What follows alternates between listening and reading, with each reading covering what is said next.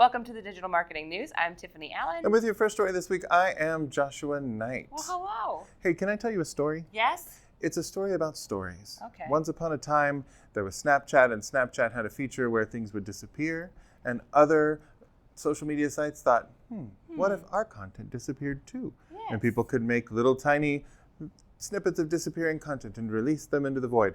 Well, this is what happened. Yes. And they were called stories.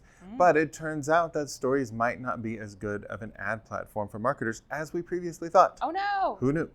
All right, so Instagram in-stream video ads are actually outperforming story ads.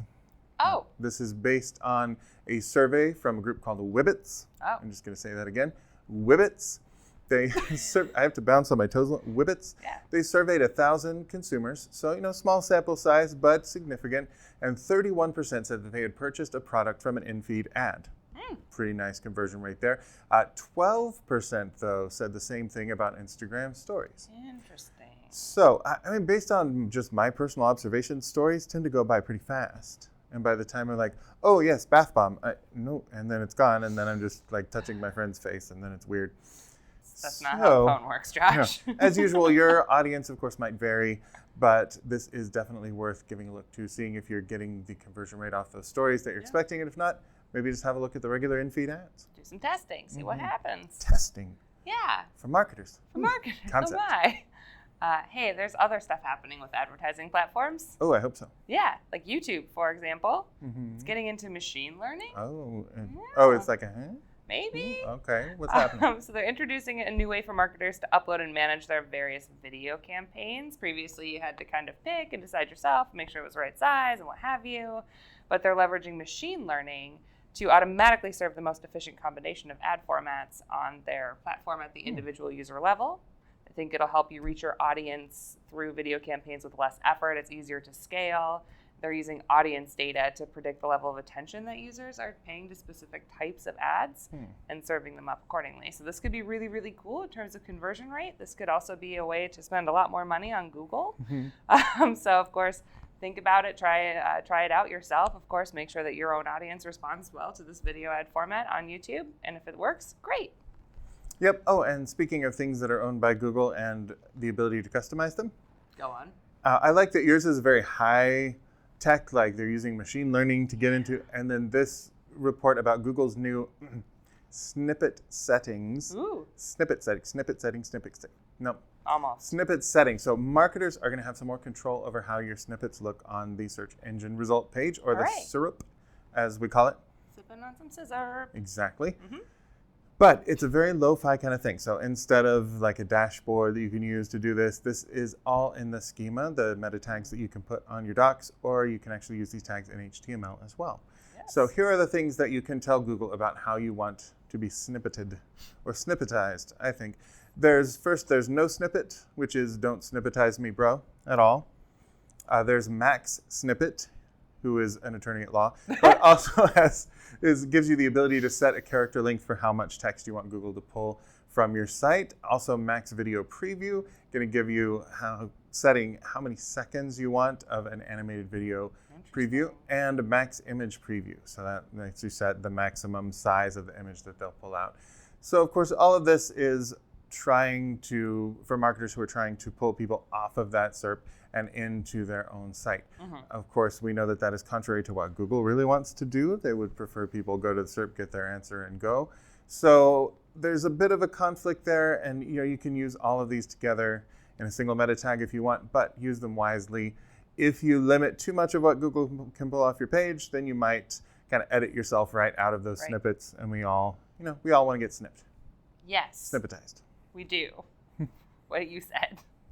So, other internet news. Our hashtag client LinkedIn is adding audience forecasting info directly into the Campaign Manager dashboard. Nice. So advertisers will be able to customize the forecasting panel to show specific targeting data, like top industries, years of experience, job titles, company size, those sorts of things that we love about LinkedIn's B2B advertising capabilities.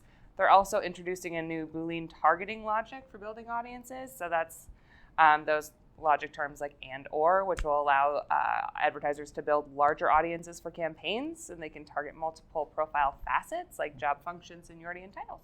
Nice. Yeah, and the last here, in terms of news for today, is also adding new demographic reporting metrics that will begin rolling out to advertisers over the next couple of weeks, just to be able to report on different demographics, which we love, right? If you're setting those settings in Campaign Manager, you probably want to be able to report if those are working or not. So this is great news. Of course, try it on your own, see if it works for you. If so, great. If not, try maybe a different format. And of course, since it is officially October, I have to ask, how do ghosts make decisions? Boolean logic. It's true. Hey, boy. so I know that everybody who's listening to this trusts us implicitly. Of course. And why wouldn't you? Right. But who do people trust as far as social media platforms go? John Bon Jovi.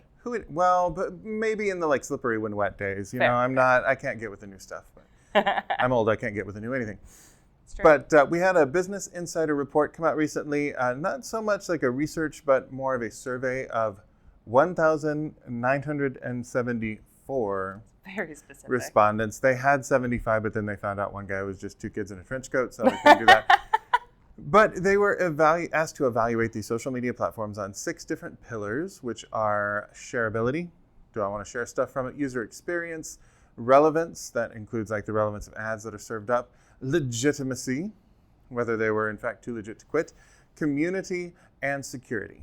So these are our 4 pillars. They also talked about 4 pillars for ad receptivity, where people are saying how likely are you to be receptive to ads. And those were 75% said legitimacy was the first pillar that affects whether they're going to pay attention to an ad. 72% said community. So if you're into the community, you're more likely to look kindly upon an ad. 69% said security, and only 63% said relevance. So there were some pillars that are more important even than having ultra relevant ads, which of course we know is very, very important too. But the overall ranking, so across all 6 of these pillars, our buddies LinkedIn are at the top of the trustworthy list. Second is Pinterest. They do this survey every year, and they added Pinterest for the first time this year, and it immediately dominated a huge amount of categories. So even though usage is slipping on Pinterest, I wouldn't count it out just yet. Then I thought this was interesting. So Instagram's at number 3. Snapchat at 4, Twitter at 5, YouTube at 6, and Facebook dead last. Facebook owns Instagram. Yeah, they do? Sorry to burst your bubble there. Yeah. Oh, man, here we go again. But breaking it down by the pillars, Pinterest was the top spot for user experience. Baffling, but okay. Yeah, right? I'll take it. Okay. I can pin stuff. Sure. Instagram was the first for ad relevance. So that makes sense, I guess, if you don't think about it too hard.